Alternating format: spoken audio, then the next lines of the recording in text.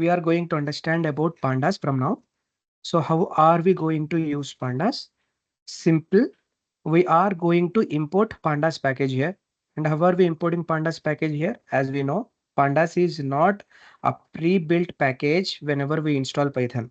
So it's not a part of system package. So how can we install it?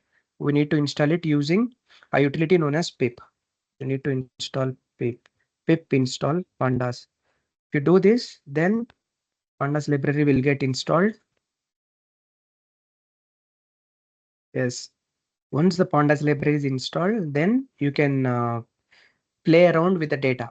So now for our example purpose, I have taken a sample sales data.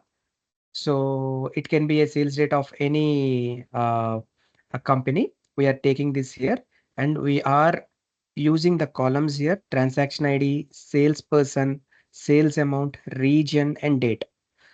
So this is a typical sales data.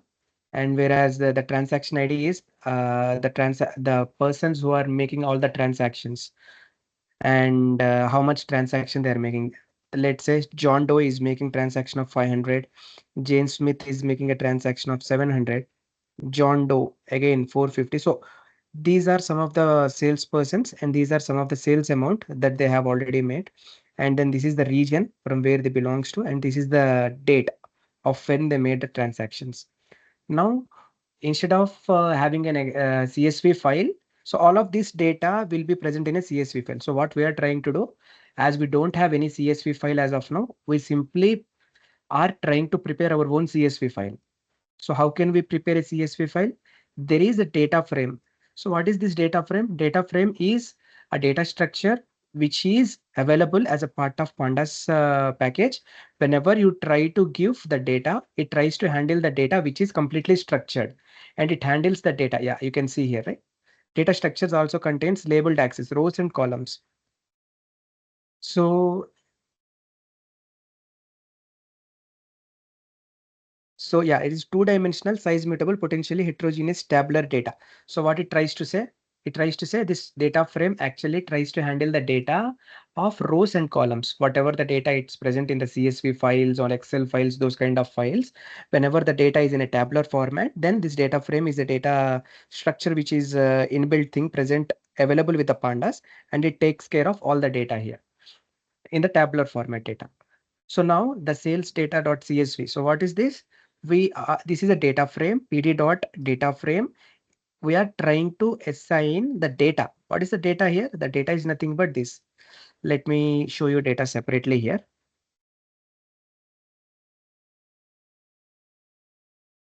So let's run this file. So this is the data. So when we run the data, so this is what we are going to get. So this is the transaction ID. This is a key. And these are the values. Salesperson key, and these are values. So what is key value here? Keys can be considered as columns and values can be considered as rows here. So now what we are trying to do?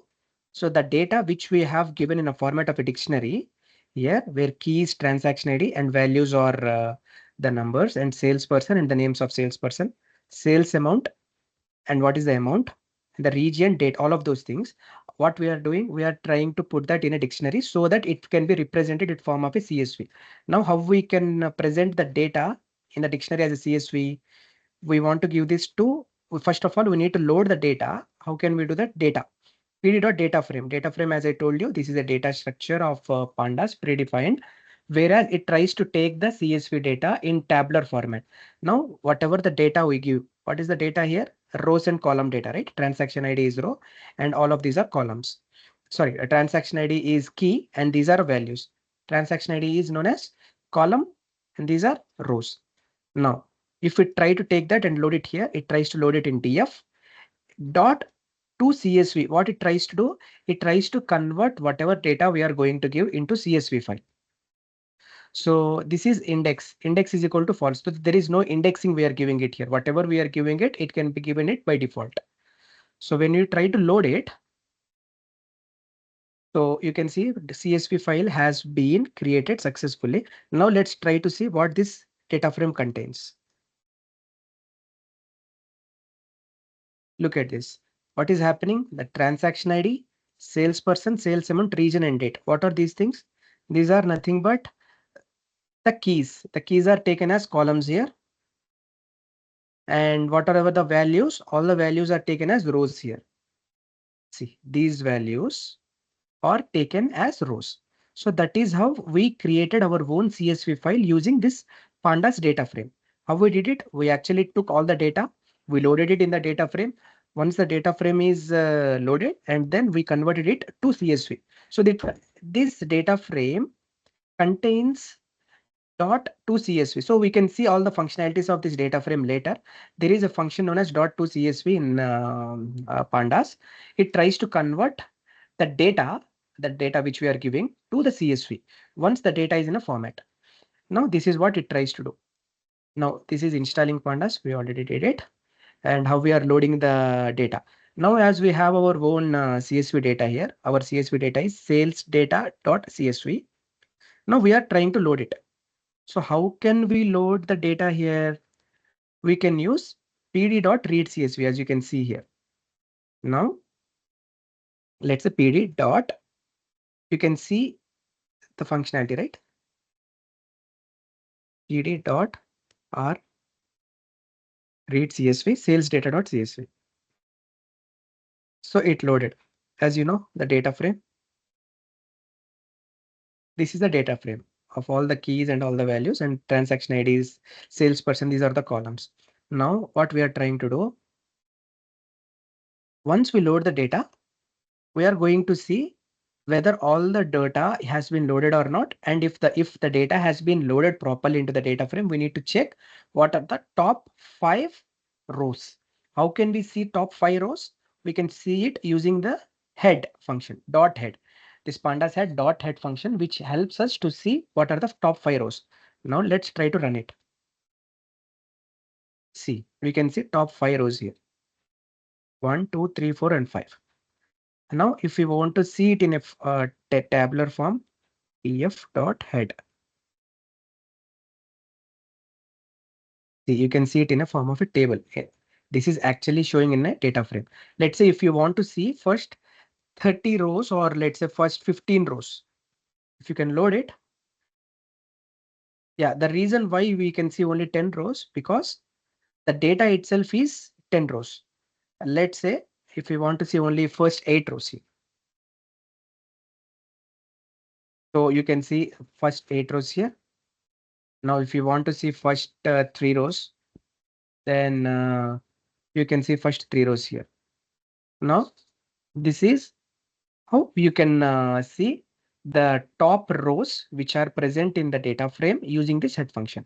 We can manipulate the data as well.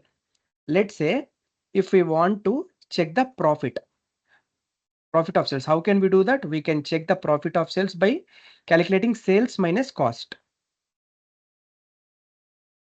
So let's say if we have cost, let's say we don't have cost here.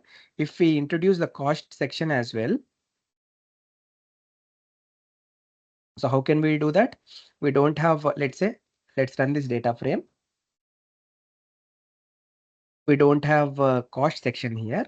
What we can do, we kind of introduce the cost section. We can introduce the cost section saying a name of a column. Let's say the name of a column can be the cost is equal to. So let's assign some random values to it. Let's say we can assign, I'm giving very random values here. Don't go by it. Let's say I'm giving it 0.2. So I'm just trying to assign all the values for TF cost. And once you do this, let's try to run the data frame. Now what will happen? Look at this. We actually added cost to our data frame. How we added another column to the data frame? We simply used this syntax here. We took this data frame and we used the name of the new column. What is our new column in this place? The cost. And how we did it? We arrived to this new column by taking the sales amount. What is the sales amount here? 500. And what we did? We multiplied it by 2. This is just a random operation which I did just to get this cost section because I forgot why to load the cost section while working on the data. So this is how we can create our own column as well if you don't have any column. So now as we have our cost column as well, now let's try to see how can we manipulate the data, or how can we add new columns, and how can we calculate profit. Now what is the formula of a profit? The basic formula of profit is sales minus cost. Now what is the sales here? 500 minus what is the cost here? 100.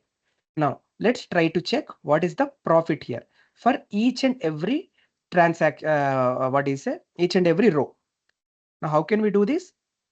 We can again create a new column known as profit. How can we create? As we know, we created a new column here using df. Df is nothing but the name of a data frame of the new column which we are going to present here, come up with. What is the new column name? The new column name is profit. And how you are arriving to this profit?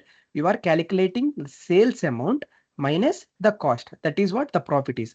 Now, let's try to run it. So we got an error saying that key error sales. What do you mean by that? The reason being there is no thing as sales in our column name, right? The thing is, the thing is sale amount. But what we try to give, we try to give it as sales. So that's the reason this error arised. Let's say, let's give the same name itself here, sale amount. Yeah, minus df of cost. Let's try to check the spelling here. Yes. Yeah. Now let's try to run it. Yeah. Now what happened? We tried to assign the cost, the profit column to this data frame. And after assigning it, let's check the data frame. So look at this. What happened? There is a new column known as profit. How we arrived to this new column? How we come up with this new column? A simple. We calculated. What is the formula here? Yes. Sale amount minus cost. What is the sale amount? 500 minus what is the cost? 100. What is the profit here? 400. So that is how we created the profit for each and every row for all the 10 rows which are available inside the data frame. So this is one of the data manipulation which we can do using pandas by creating new column into it. What is data manipulation? Updating the data frame, or deleting the data frame, or adding something. So these kind of things. So we added here a new column name as profit, and new column as cost as well. So that is how we manipulated the data here. Now there is something known as groups and aggregate as well. So what does that groups and aggregate tries to do? Let's try to comment it. Yeah. Now,